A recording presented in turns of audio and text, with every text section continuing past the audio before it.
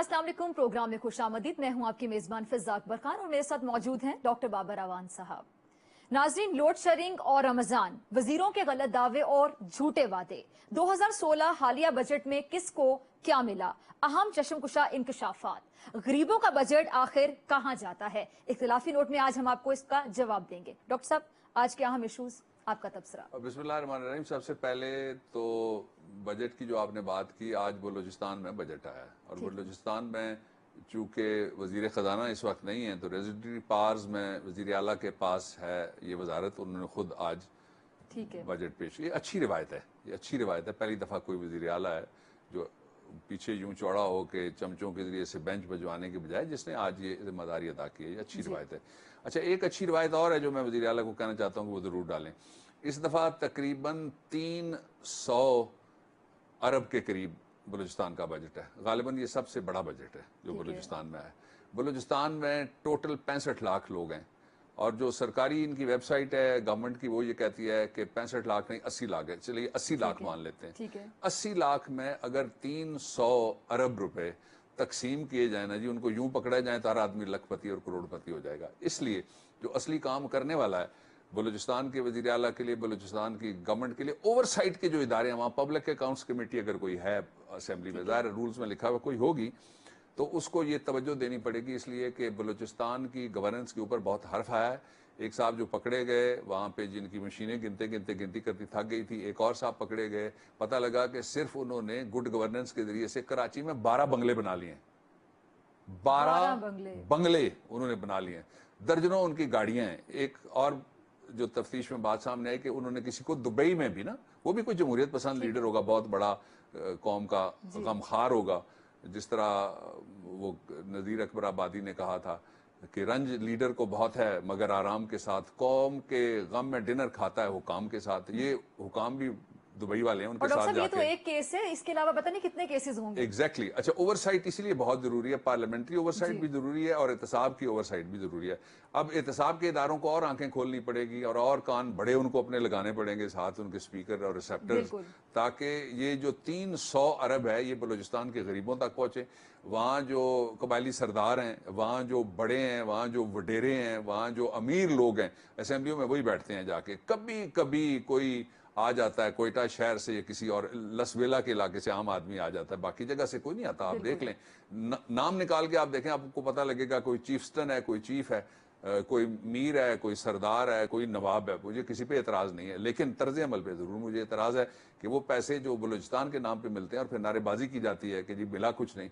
अब ये जो 300 अरब रुपए का बजट है, ये आप खर्च करके लोगों की ज़िंदगी अगर तब्दील करना चाहें तो 5 साल बड़ा टाइम होता है और इसमें से 2 साल आपके पास और हैं जो इस चीफ मिनिस्टर की मैं बात कर रहा हूँ। आई होप कि ये खुद, अगरचे ये भी सरदार हैं लेकिन इधर तवज्जो ये ज़रूर देंगे। अच्छा, दूसरा जो इसका है वो इदारा जाती कैपेसिटी है। वहाँ पे एक बड़ी बदकिस्मती है, कबायली माहौल है, इसलिए वहाँ ये समझा जाता है कि फलां कबीले के फलां आदमी को अगर फलां ने ट्रांसफ़र किया तो ये दुश्मनी शुरू हो गई। इसके लिए कोई रास्ता निकालना चाहिए कि वहाँ पे आप बाहर से ले जाके ऑफिसर्स लगाएं और वो ऑफिसर्स जिनके स्टेक्स कोई ना हो वो अपना काम करें और 3 साल पूरे करके या 2 साल पूरे करके वो बाहर आ जाएं। ये पहले होता था कि बैनुल सूबाई ट्रांसफर्स होती थी। अब भी बैनुल सूबाई अगर ट्रांसफर्स हों तो लाहौर में जो पुलिस बैठी हुई है पिछले 30 साल से उन सब को भेजा जाए। देखना बड़े बड़े बहादुर वहां पे हैं जो फोटो खिंचवाने वाले, उन सब बहादुरों को पेशावर भेज दिया जाए ताकि पता लगे वो मचनी थाने में जाके, और वो थाना जो कबायली इलाके के साथ लगता है वहां उनको भेजा जाए। इसी तरीके से कराची के अंदर जो कब्जा माफिया के सरपरस्त बहुत बड़े बड़े पुलिस वाले हैं उन सबको हम बलूचिस्तान भेज दें, लगाएं उनको हम चमन, लगाएं उनको ताफ्तान। चमन अफगानिस्तान का बॉर्डर है, ताफ्तान ईरान का बॉर्डर है हमारा। इसलिए ये कुछ हमें स्ट्रक्चरल चेंजेस इनकी तरफ भी हुकूमतों को, सूबाई हुकूमतों और मरकज को तवज्जो देनी पड़ेगी। और अगर सिर्फ ठेकों से मुल्क बनते, अगर सिर्फ जंगलों से मुल्क बनते, अगर सिर्फ सरियों से मुल्क बनते तो इस वक्त अमेरिका तो सरिया लगा लगा के भरा हुआ होता। आप पूरे बरतानिया में घूम जाएं, आपको किसी जगह सरिया नजर नहीं आ गया। तो बरतानिया में भी सरिया की मिलें सबसे ज्यादा होती ना। देखिए जो फोकस है इस बजट का अगर दुरुस्त हुआ तो ये बलूचिस्तान की तकदीर बदल सकता है। अब आ जाइए, आपने मसाइल छेड़े तो एक और दुखती राग। मैं यकीन करें कि कल मैं बच्चों के साथ किसी जगह पे अफ्तारी में हमने एक्सटेंडेड फैमिली को बुलाया हुआ था, निकल के हम आ रहे थे तो 2 वाकयात हुए। एक साहब से मुलाकात हुई, वो हम आपको वीडियो किसी वक्त दिखाएंगे। आज टाइम हुआ तो आज, नहीं तो अगली दफा।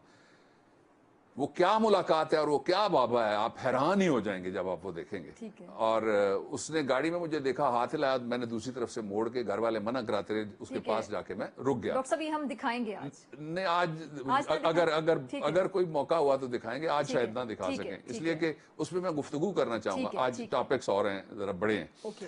अच्छा, ये भी बड़ा टॉपिक है, ये भी आम आदमी का टॉपिक है। अच्छा, लोड शेडिंग, हर बंदा हर जगह के जी आपको खुदा का वास्ता है इन जालिमों से हमारी जान छुड़ा दें, कोई तरीका, ये लोग लफ्ज कहते हैं, वो समझते हैं कि हम कुछ कर सकते हैं। आपको खुदा का वास्ता है जी, को बिजली तो इस मुल्क में दिलवा दें। रमजान का मजा किरकिरा हो गया सारा, हमारी अफ्तारी गई, हमारी सेरी गई। अच्छा, वो मुल्क भर में ये जो महीना है रमजान शरीफ, ये पूरे साल की बदतरीन लोड शेडिंग इस वक्त हो रही है। और इसमें तो कहते हैं ना, शैतानों को हथकड़ियां लगी होती हैं, शैतान जंजीरों में जकड़े होते हैं। लेकिन वो कौन से हैं जो बैठ के टीवियों पे गलत दावे करते हैं सरकार के और अवाम से शैतानी कर रहे हैं? वो किस तरह खुले फिर रहे हैं, अवाम को कहते हैं जी हमने बिल्कुल इस महीने सबसे बड़ी बिजली पैदा हो गई। कोई कहता है सारी जगह लोड शेडिंग हमने खत्म कर दी। कोई कहता है पाकिस्तान में इनकलाब आ गया बिजली का, उनके घरों के अलावा कोई इनकलाब नहीं आया हुआ। अच्छा, फिर ये जो हब्स है, ये जो गर्मी है, ये जो महंगाई है, ये जो बेबसी है, लोगों में इस कदर गुस्सा है कि दो भाई कराची में पानी पे लड़े, एक ने दूसरे को कत्ल कर दिया। अब आप देख लेंगे कहां पहुंचा दिया गया है। अच्छा, ये लोड शेडिंग का जो दौरानिया है पूरे मुल्क में 20 घंटे से ज्यादा है जी। आप अगर एवरेज निकालेंगे ना, तो आप 11 मुल्क के बड़े शहर चारों सूबों के अंदर हैं, वो सारे 11 के 11 एक तरफ आप रख दें और उनकी आबादी आप एक तरफ रख दें, बाकी पूरा पाकिस्तान तो वो है जहां पे अभी मसलन फाटा में, आज हम फाटा की एक ऐसी बात करने लगे जो पाकिस्तान की कौम को हैरान कर देगी, पहली दफा बात सामने आ रही है। वहां तो लोगों को पीने के लिए पानी जो है वो कुदरत ने दिया हुआ है, वहां तो कुछ भी नहीं है, बेशुमार इलाके ऐसे हैं। अब जो कुछ किया गया वहां करने के लिए भी फौज ही जाती है, सब जगह ताने सुनने के लिए भी फौज है और काम करने के लिए भी फौज आगे होती है। इसलिए कि हमारा सदर अभी तक जो फाटा का हुक्मरान है गया ही नहीं वहां पे, हमारा वज़ीर आज़म जाता ही नहीं है, लोग डरते हैं। हमारे जो वजीर हैं सरहदी अमूर के फाटा में घुसते ही नहीं है, वो डरते हैं लोग, वो अपनी जान उसको बचा के रखना और बच्चों के लिए को 25-30 नस्ल के बच्चों के लिए पाकिस्तान के वसाइल में से पैसे लूट के बाहर भिजवाना, ये एजेंडा हो जिस तर्ज हुकूमत का और ये एजेंडा हो जिस निज़ाम का, उसमें क्या हो सकता है लोगों के लिए। लाहौर, कोयटा, कराची, पेशावर और अंदरूनी सिंध में बिजली ना होने की वजह से सड़कों पे दर्जनों नहीं, सैकड़ों नहीं, हजारों जुलूस निकले। अब हम भी देख देख के तंग आ गए, लोग जुलूस निकालते हैं, कुछ मीडिया दिखाता है, कुछ नहीं दिखाता।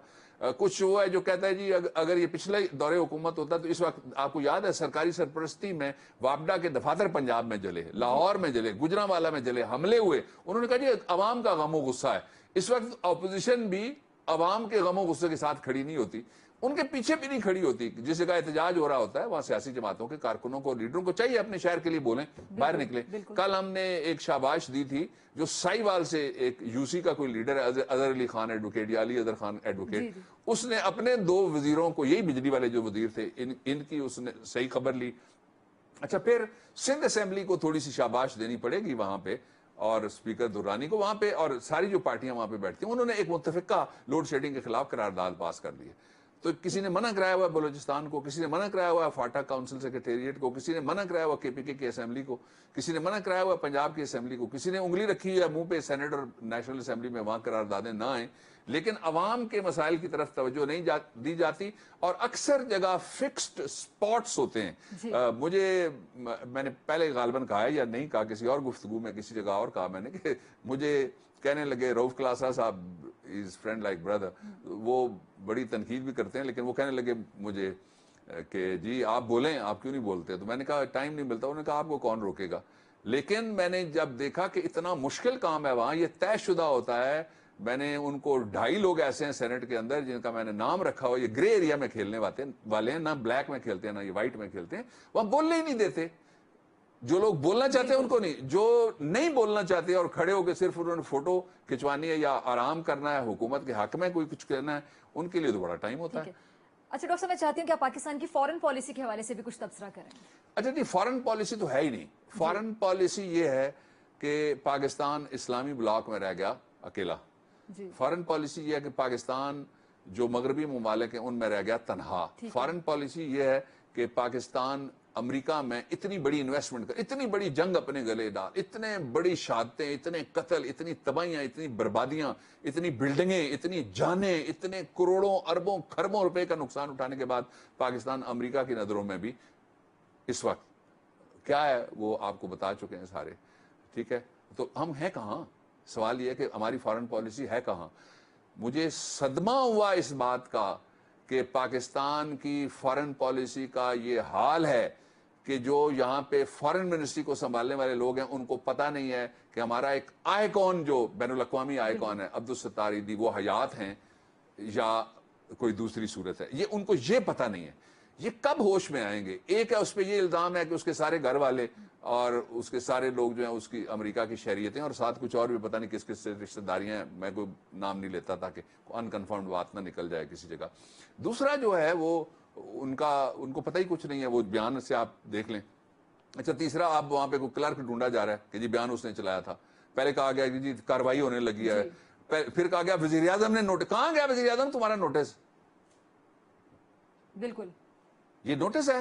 اتنی بڑی جو ہم نے کہا کفن پھاڑ کے جہالت باہر لائی جائے حکومتی سب سے امپورٹنٹ وزارت کی طرف سے, تو فارن پالیسی تو سرے سے ہے ہی نہیں. انہوں نے چھوڑا ہوا ہے اللہ کے آسرے پہ پاکستان کو, اور اللہ کے آسرے پہ اس لیے کہ اللہ تعالیٰ نے یہ ہمیں رمضان میں تحفہ دیا تھا, اللہ تعالیٰ ہی اس کی حفاظت کرتا, لیکن اللہ کے بندوں کی ڈیوٹی ہے کہ وہ آگے کھڑے ہوں. کھڑے ہونے کے لیے تھوڑا سا تیار نہیں. تبصرہ کر دیں کہ نیوکلیئر سپلائی گروپ کے لیے بھارت جس طرح کوششیں کر رہے ہیں, لیکن پاکستان صرف فون کی حد تک آپ دیکھ رہے ہیں کہ کیا چل رہا ہے یہاں پہ, تو اس پر دیکھیے ٹیلی فون بھی ختم ہو گئے اس لیے کہ آگے سے کوئی جواب نہیں ملا. جی, اٹس اے گڈ کوسچن.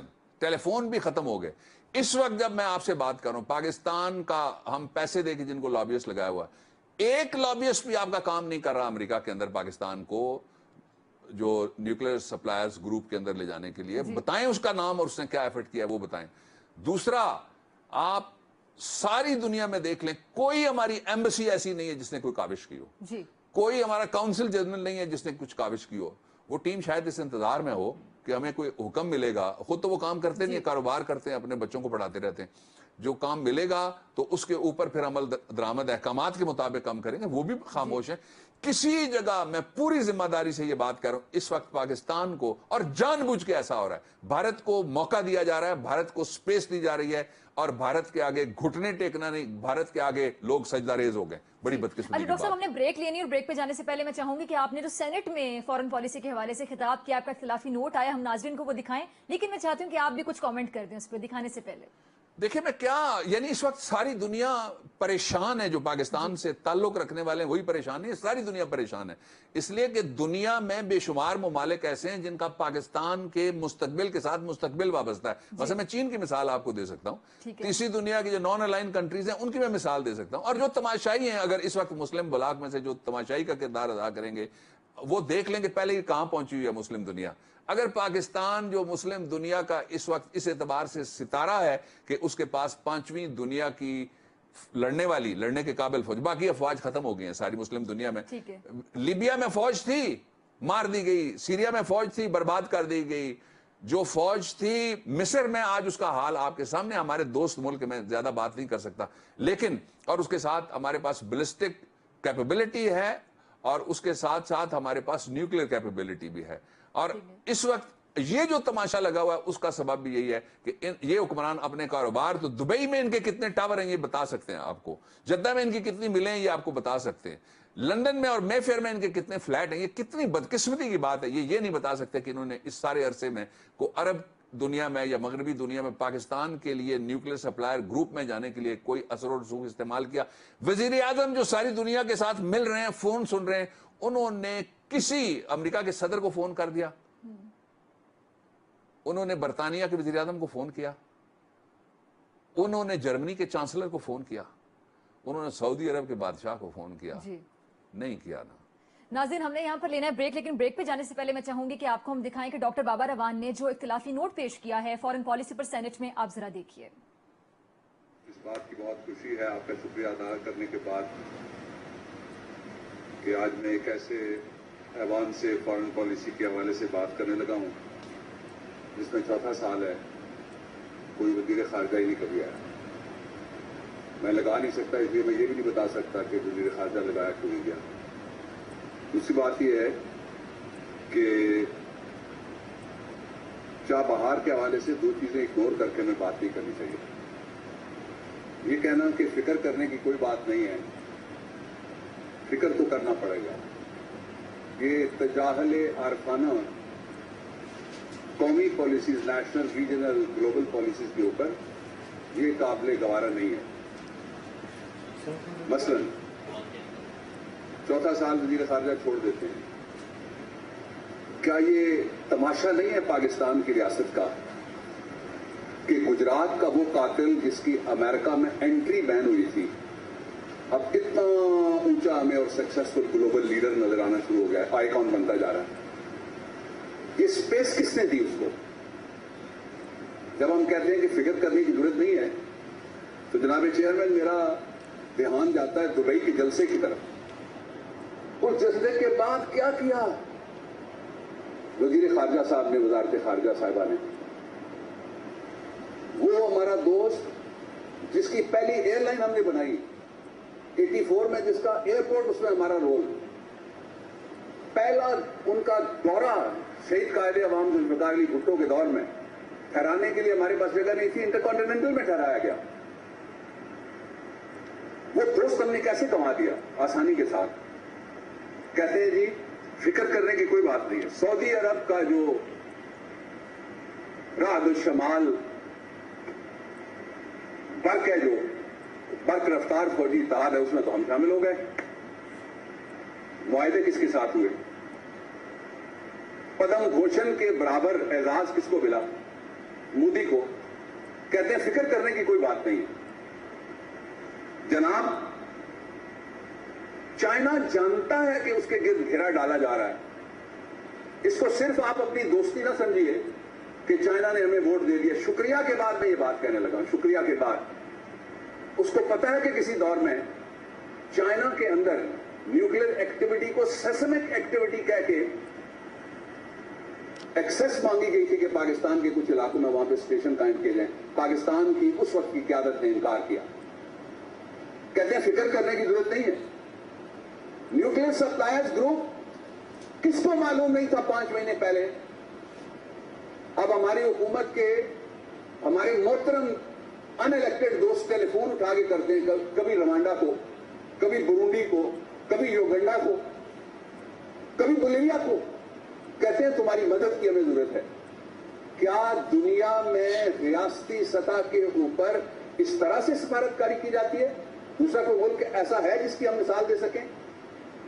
اور کس کی آنکھوں میں دھول جھونکی جا رہی ہے کہ ہم ٹیلی فون پہ ساری دنیا کو قائل کر لیں گے کہ وہ NSG کی ممبرشپ ہمیں دلوا دے، اور بھارت جس کے وزیر اعظم نے پچھلے سال میں 26 دورے کیے، اور وہ دورے ایسے نہیں تھے، دیکھیے وہ ان دوروں میں ایک کمال کا دورہ بھی شامل تھا کہ 165 آدمی لے کے وہ پاکستان کی سرزمین پہ آیا، جس میں را کا سربراہ بھی شامل تھا، ویزا لیے بغیر پہلی دفعہ ہندوستان کا وزیر اعظم اور را کا سربراہ وہ ایک پرائیویٹ گھر میں ایک ذاتی تقریب میں جا کے شریک ہوئے، اور ہم منہ کھول کے دیکھتے رہتے رہ گئے، اور ہمیں کہا جا رہا ہے فکر کرنے کی ابھی کوئی بات نہیں ہے۔